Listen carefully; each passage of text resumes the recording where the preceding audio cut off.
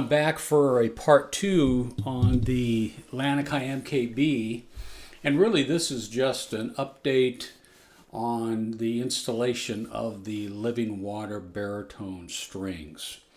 As soon as I posted the review of this, I had people saying, will you please post a follow-up video so we can hear what it sounds like and go back and forth between the two and hear the difference. So that's why I'm doing this, and I think it sounds great. The first thing you're going to notice is there's no squeak because the Living Water strings have no wound strings.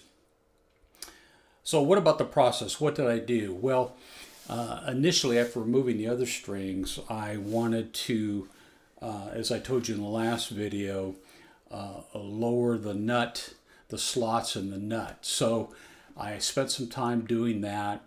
There's lots of YouTube videos about that, but basically what that does is that's just bringing your action up here a little lower. It wasn't bad, very playable, but I spent some time doing that. And so what you use to do that are these Stuart McDonald files.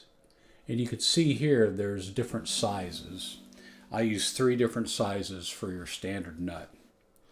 So what you do is when you file, you follow the angle of the head, and you just pull the string out, file, and then you check it by pushing on the 3rd fret, and then you just want it to barely touch the 1st fret when you push down here on the 1st fret.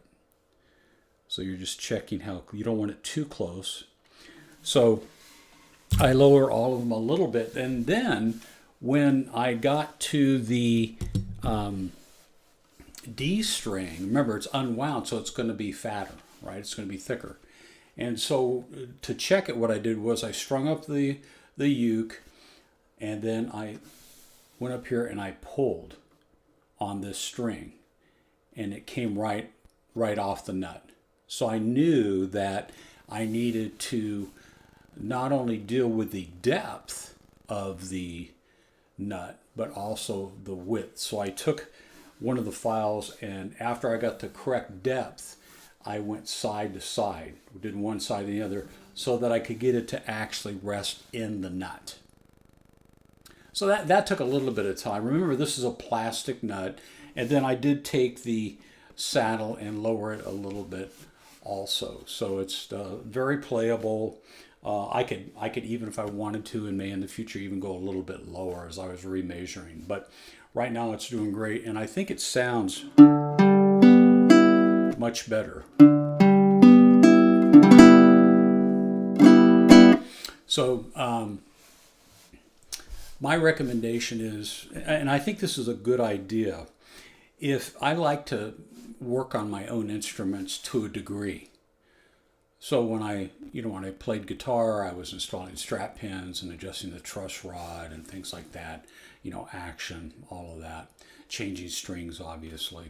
Some people never even learn how to do that. They just take it to their local music store, pay that money. Why not do it yourself? The great thing now is, which I didn't have back then, a long time ago, is you've got YouTube. You can go on YouTube, put in the search, change strings on guitar, change strings on uke. It's all there.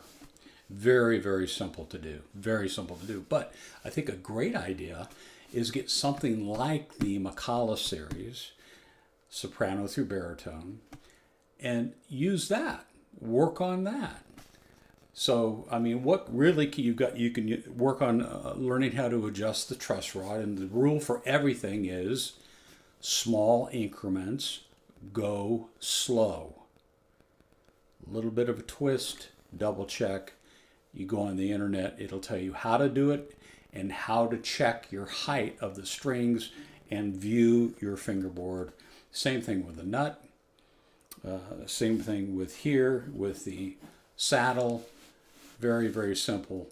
And you save yourself a ton of money, and you have fun. It's like when I had guitar, I did that. When I got my bass, I learned how to adjust the pickup heights and all of that, and to measure where they should be and everything. Change strings, adjust the neck, remove the neck on one of them, and thank God for YouTube. It's great. So I think this really turned out great for 87 bucks. How can you go wrong? Now remember, if you follow me, you know we do our Christmas Time is Here. We do that song. I play that song. You can check my videos. I actually play through the song for you guys. But if we do the check on the 9th fret of this string, the D, the G here. So G string, 9th fret, what does it sound like? Is there any sustain? Is there? Heck yeah. Listen to that thing ring. Now, if it was dead, it would sound... No.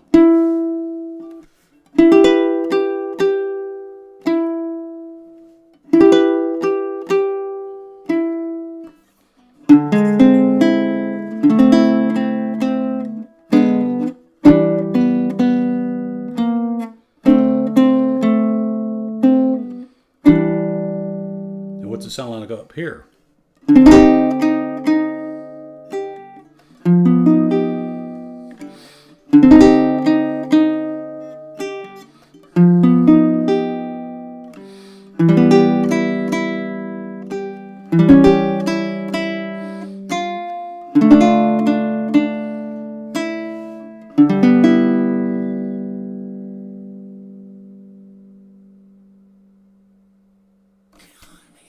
It's really incredible that you can have a $87 ukulele and have it sound that good and sustain that long.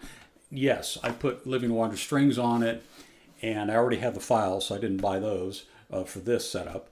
And, you know, obviously installed those, and those were, you know, probably 15 bucks. I did order, this is the very first time, by the way, I've ordered straight from Ken Middleton. You can find his website, you can order. He got the strings here in a week. And I found that to be the really from the United Kingdom, pretty impressive. I've ordered from Uke Republic before, and it's taken over a week from Georgia. Can't explain it. We'll just leave that there. Prices are comparable. So I thought I'd just try it to see, you know, is it going to take for like 14 days because it's from Britain? No, it was a week. So anyway, I think this sounds really good.